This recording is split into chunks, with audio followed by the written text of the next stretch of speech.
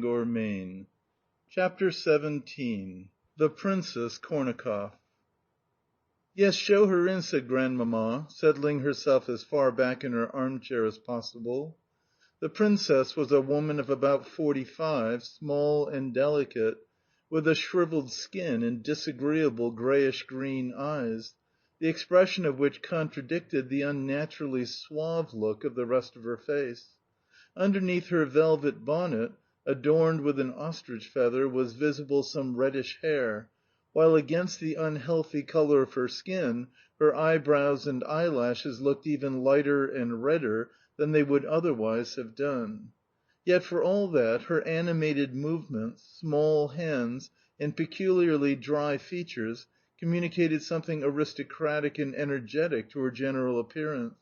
She talked a great deal, and, to judge from her eloquence, belonged to that class of persons who always speak as though someone were contradicting them, even though no one else may be saying a word. First she would raise her voice, then lower it, and then take on a fresh access of vivacity as she looked at the persons present, but not participating in the conversation with an air of endeavouring to draw them into it. Although the Princess kissed Grandmamma's hand and repeatedly called her "my good aunt," I could see that Grandmamma did not care much about her, for she kept raising her eyebrows in a peculiar way while listening to the Princess's excuse why Prince Michael had been prevented from calling, and congratulating Grandmamma as he would like so much to have done.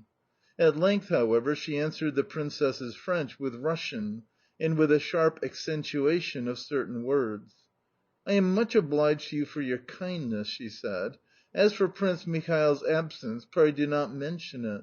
He has so much else to do. Besides, what pleasure could he find in coming to see an old woman like me?" Then, without allowing the Princess time to reply, she went on: "How are your children, my dear?" "Well, thank God, aunt, they grow and do their lessons and play. Particularly my eldest one, Etienne, who is so wild that it is almost impossible to keep him in order. Still, he is a clever and promising boy. Would you believe it, cousin?" This last to Papa, since Grandmamma, altogether uninterested in the Princess's children, had turned to us, taken my verses out from beneath a presentation box, and unfolded them again. "Would you believe it, but one day not long ago..." And leaning over towards Papa, the Princess related something or other with great vivacity. Then, her tale concluded, she laughed, and with a questioning look at Papa, went on: "What a boy, cousin! He ought to have been whipped, but the trick was so spirited and amusing that I let him off." Then the Princess looked at Grandmamma and laughed again. "Ah, so you whip your children, do you?" said Grandmamma, with a significant lift of her eyebrows, and laying a peculiar stress on the word "whip." "Alas, my good aunt," replied the Princess in a sort of tolerant tone, and with another glance at Papa, "I know your views on the subject, but must beg to be allowed to differ with them. However much I have thought over and read and talked about the matter, I have always been forced to come to the conclusion that children must be ruled through fear. To make something of a child you must make it fear something. Is it not so, cousin? And what, pray, do children fear so much as a rod?" As she spoke she seemed to look inquiringly at Woloda and myself, and I confess that I did not feel altogether comfortable. "Whatever you may say," she went on, "a boy of 12 or even of 14 is still a child, and should be whipped as such. But with girls, perhaps, it is another matter." "How lucky it is that I am not her son!" I thought to myself. "Oh, very well," said Grandmamma, folding up my verses and replacing them beneath the box, as though, after that exposition of views, the Princess was unworthy of the honour of listening to such a production. "Very well, my dear," she repeated. "But please tell me how, in return, you can look for any delicate sensibility from your children."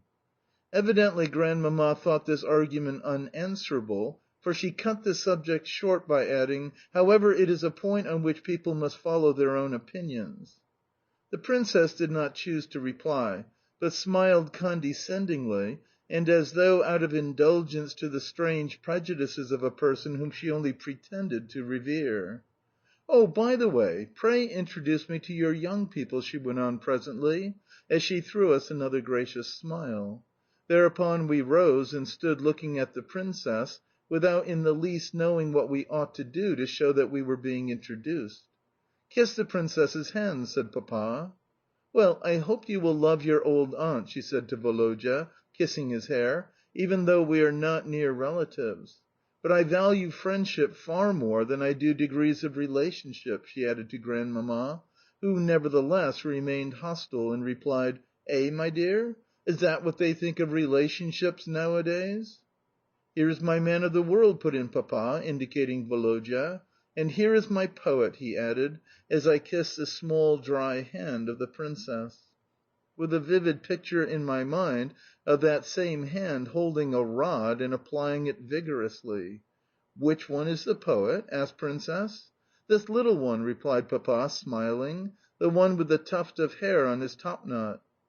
"Why need he bother about my tuft?" I thought to myself as I retired into a corner. "Is there nothing else for him to talk about?" I had strange ideas on manly beauty. I considered Karl Ivanitch one of the handsomest men in the world, and myself so ugly that I had no need to deceive myself on that point. Therefore any remark on the subject of my exterior offended me extremely. I well remember how, one day after luncheon I was then 6 years of age the talk fell upon my personal appearance, and how Mamma tried to find good features in my face, and said that I had clever eyes and a charming smile. How, nevertheless, when Papa had examined me and proved the contrary, she was obliged to confess that I was ugly.